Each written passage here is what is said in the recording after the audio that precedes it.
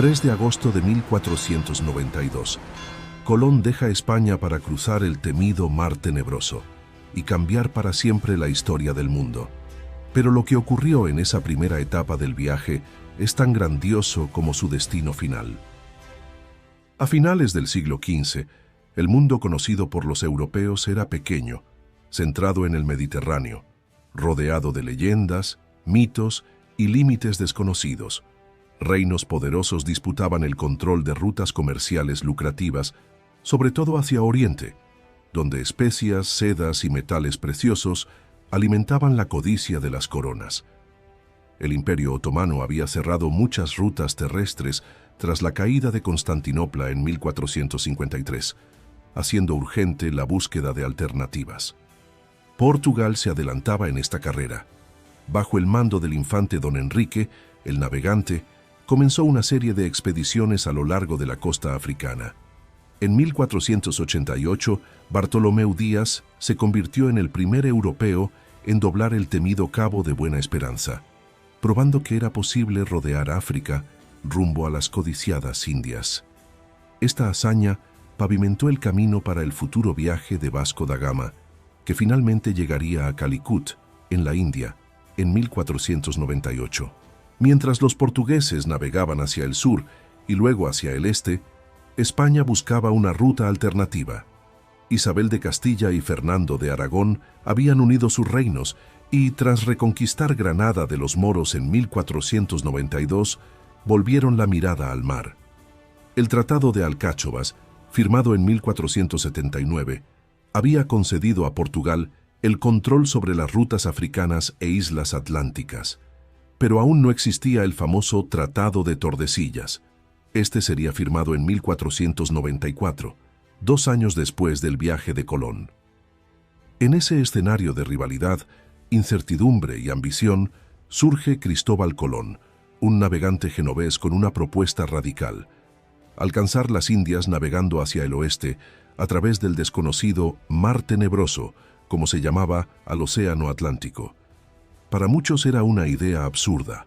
Los mapas de la época subestimaban la circunferencia de la Tierra y no sabían de la existencia de un continente entre Europa y Asia.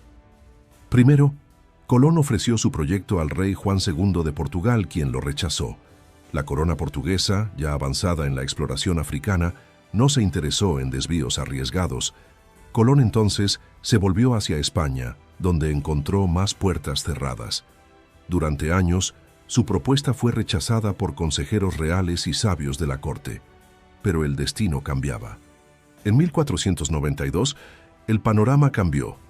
Los reyes católicos, Isabel de Castilla y Fernando de Aragón, habían tomado finalmente Granada, poniendo fin a siglos de dominio islámico en la península ibérica. La victoria les dio prestigio y libertad para invertir en nuevos proyectos. Ahora unificados, buscaban expandir sus dominios y desafiar la hegemonía naval portuguesa. Fue entonces cuando Colón tuvo su oportunidad. Convencidos por aliados influyentes y por la promesa de grandes ganancias, el matrimonio real aceptó financiar el viaje. En abril de ese año, firmaron con Colón las capitulaciones de Santa Fe.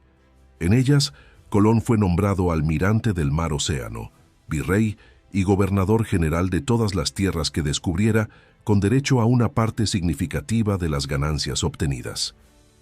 El objetivo declarado era claro: encontrar una ruta occidental para llegar a las riquezas de Asia, evitando los dominios portugueses. Pero, en la práctica, estaban a punto de iniciar una revolución geográfica, cultural e histórica que cambiaría para siempre el curso de la humanidad.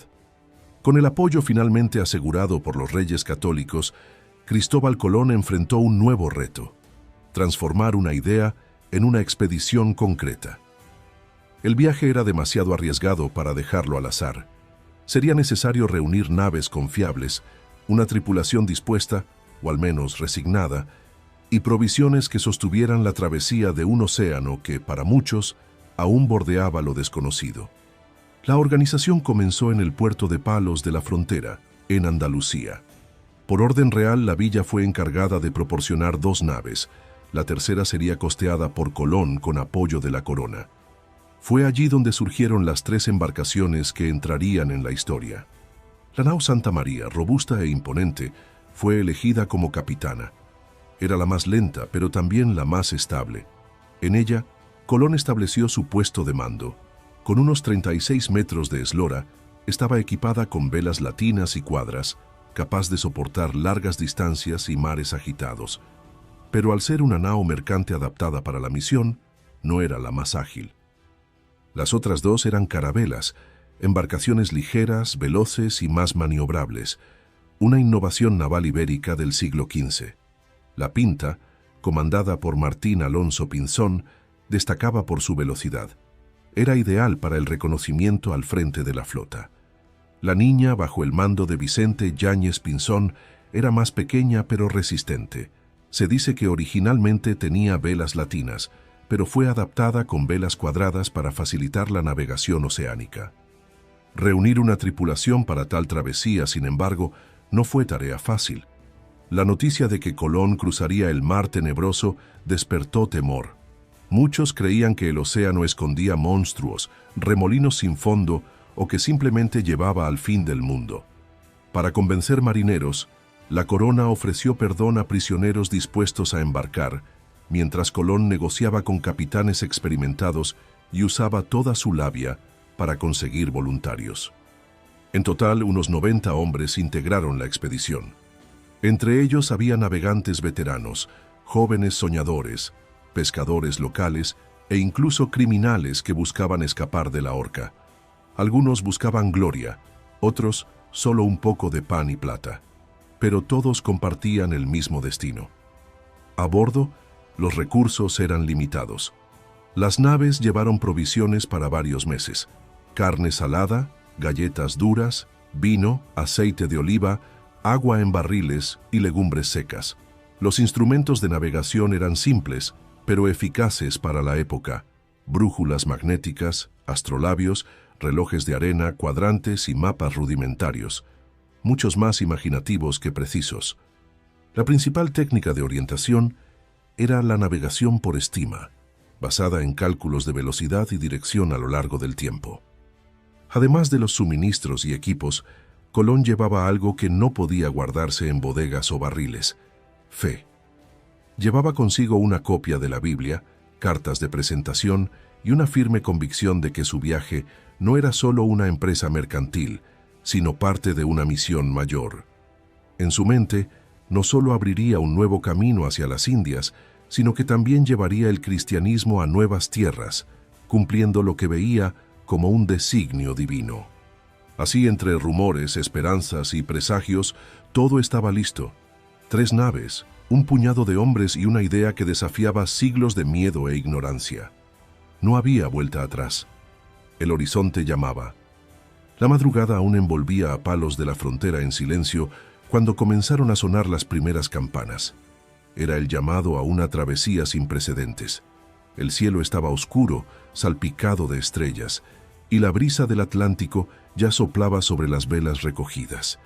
En los muelles los últimos ajustes se hacían a la luz de lámparas: barriles asegurados, anclas levantadas, oraciones murmuradas.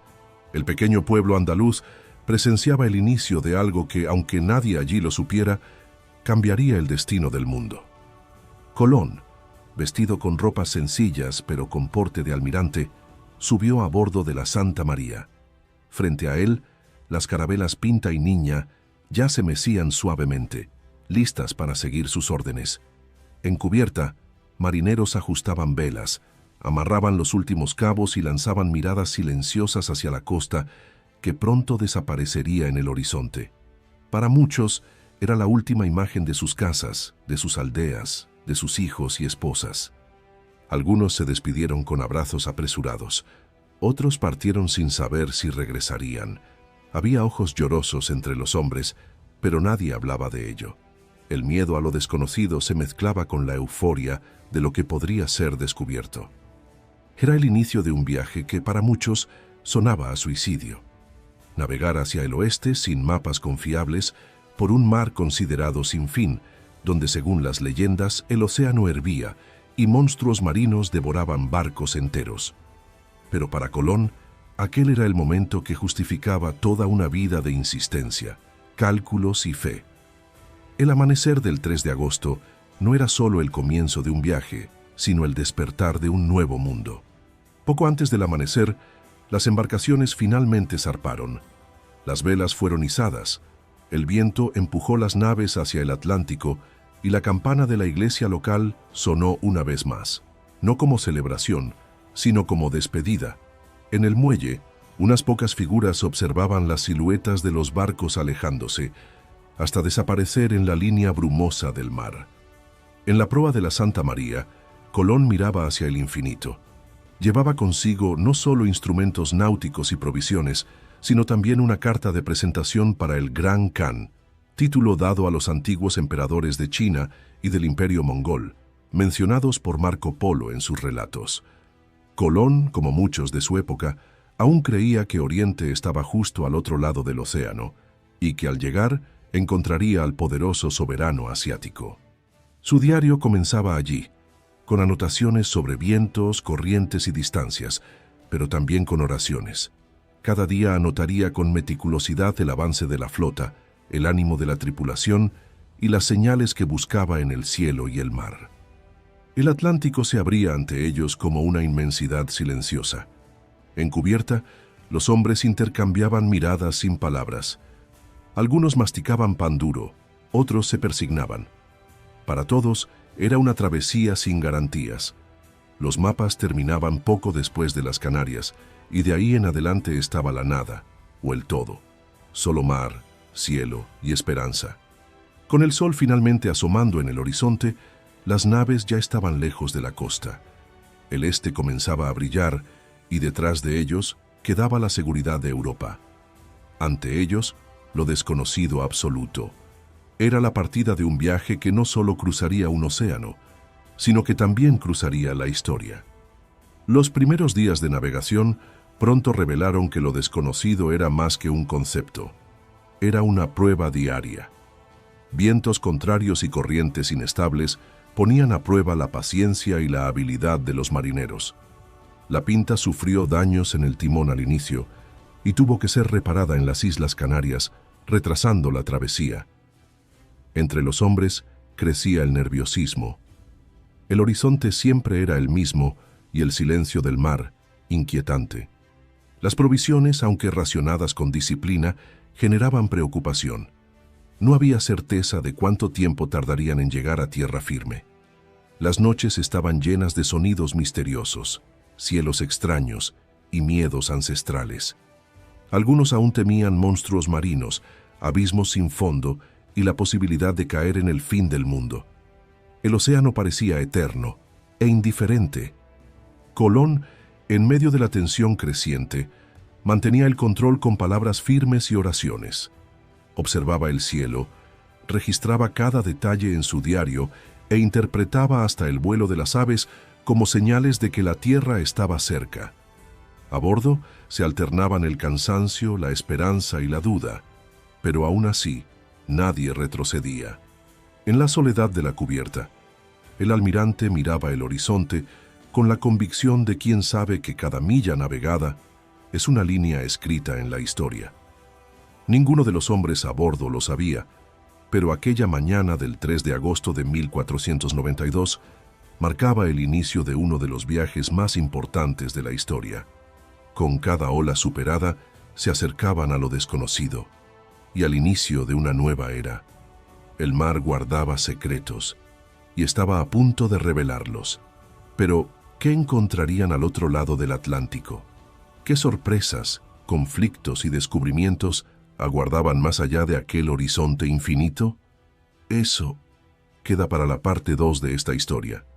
Si te gustó este recorrido por el inicio de la gran travesía de Colón, dale like, compártelo con quien también ame la historia y comenta aquí abajo. ¿Ya imaginabas los desafíos de esta expedición? No olvides suscribirte al canal para no perderte la parte 2 de esta aventura.